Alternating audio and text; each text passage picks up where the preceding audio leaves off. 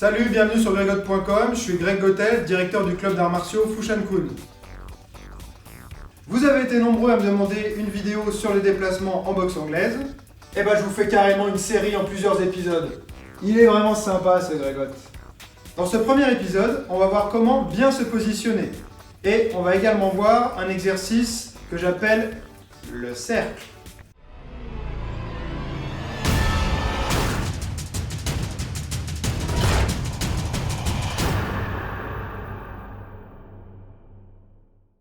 En boxe anglaise, c'est important de ne pas être de face. Quand on est de face, on offre plus de surface de frappe à son adversaire.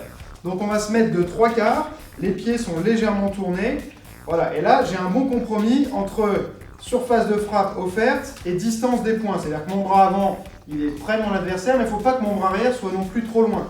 Si je suis trop de côté, je vais mettre trop de temps à aller toucher l'autre et surtout, je vais avoir du mal à pivoter correctement. Si j'ai les pieds sur la même ligne, je ne peux pas bien tourner. Je décale un petit peu mon pied et là je peux tourner jusqu'au bout. Ok, donc on est 2/3/4, les mains bien levées, le menton rentré. Si au quotidien c'est important de se tenir bien droit, en boxe anglaise il va falloir se recroqueviller, toujours pour les mêmes raisons, ne pas donner trop de surface de frappe à son adversaire. Donc, si par exemple je suis droit comme ça, déjà j'offre plus de surface de frappe et je ne vais pas pouvoir avec ma garde protéger et mon visage et mon corps. Alors que si je me recroqueville, là, je vais remonter le bassin devant comme si je voulais creuser mon ventre, rentrer ma tête, je me raccourcis et là, je vais pouvoir protéger efficacement à la fois ma tête et mon corps. Quand on regarde les grands boxeurs, il y a plein de styles qui sont vraiment très différents.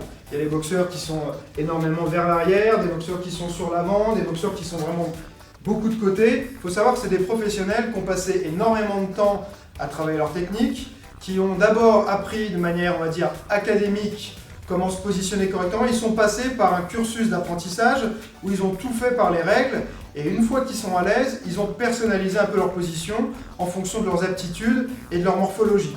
Donc moi, ce que je vous recommande, c'est quand même de commencer de manière académique, classique. Okay ? Donc au niveau du poids du corps, en boxe, normalement, il ne faut pas être sur l'avant, d'accord ? Les rares fois où vous pouvez être vers l'avant, c'est quand vous voulez piéger votre adversaire. C'est-à-dire, je vais me mettre en avant pour l'amener à me frapper, faire un retrait et contrer, par exemple.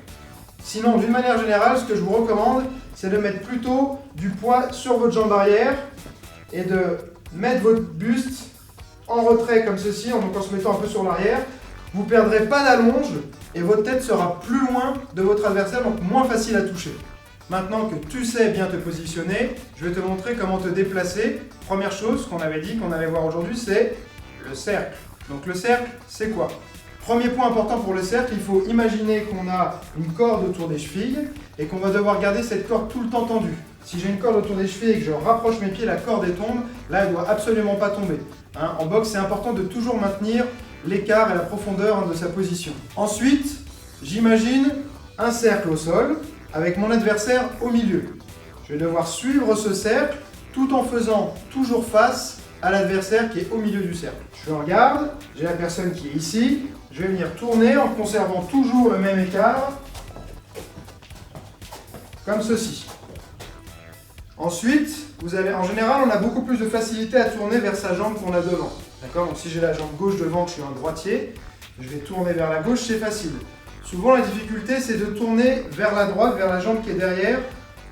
L'erreur fréquente, c'est soit je vais commencer à mettre les deux pieds sur la même ligne comme ceci, soit carrément passer l'autre jambe devant.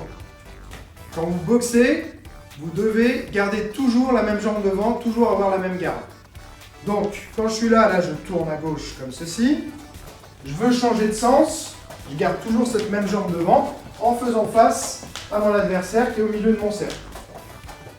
Ok ? Il faut essayer d'être léger sur ses pieds.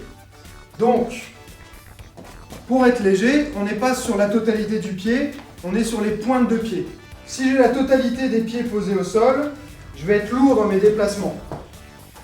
D'accord ? Si je suis sur les pointes de pied, l'espace entre mon talon et le sol me sert de tampon. D'accord ? Et ça va me permettre d'être plus léger.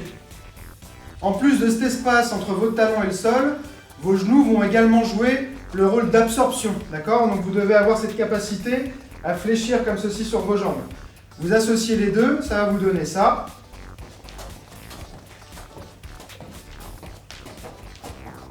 il faut pas non plus que ça fasse des sauts vers le haut. Hein. C'est pas, je suis pas en train de sauter. Vous voyez, je m'éloigne jamais énormément du sol. J'essaie de rester léger. Première étape, donc, faire le cercle. Vous pouvez vous entraîner à le faire 2-3 minutes, un round de boxe par exemple. Vous mettez une musique sympa et vous tournez dans un sens, dans l'autre. Vous pouvez ensuite rajouter quelques éléments pour apporter un petit peu de variété. Ce que j'aime bien faire avec mes élèves, on commence avec le cercle et au fur et à mesure, on va rajouter des éléments. Donc, je commence avec mon cercle. Je m'entraîne à changer de sens de manière dynamique. Hop.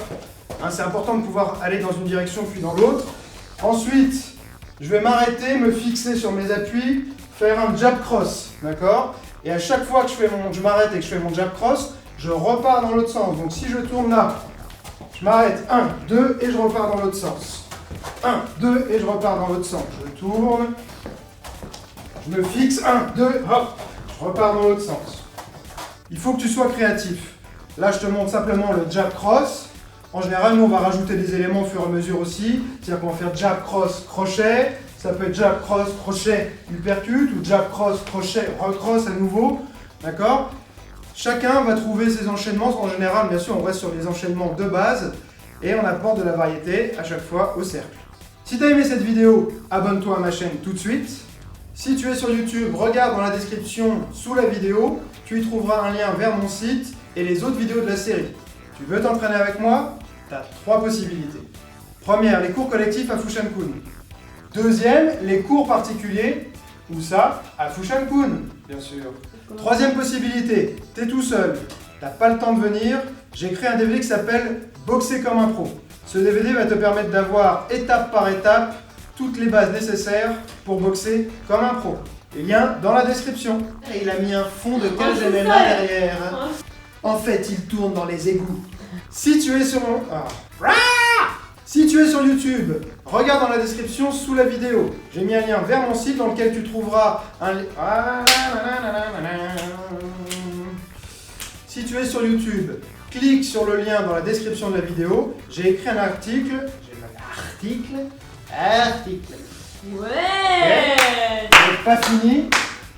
Ah!